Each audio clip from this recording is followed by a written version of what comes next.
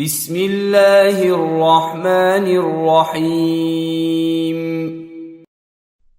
শুরু করছি আল্লাহর নামে, যিনি পরম করুণাময়, অতি দয়ালু। إذا جاء نصر الله والفتح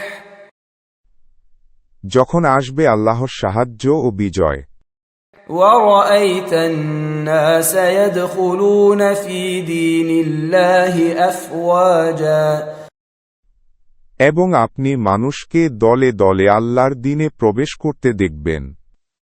فسبح بحمد ربك واستغفره إنه كان توابا তখন আপনি আপনার পালনকর্তার পবিত্রতা বর্ণনা করুন এবং তার কাছে ক্ষমা প্রার্থনা করুন।